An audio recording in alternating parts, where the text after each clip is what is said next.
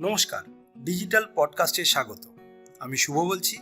আজকের পডকাস্টের বিষয় নাক ডাকার সমস্যা।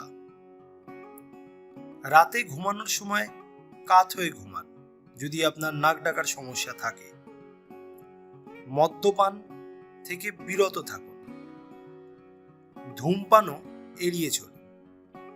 মশলাযুক্ত খাবার না খেলে ভালো হয়।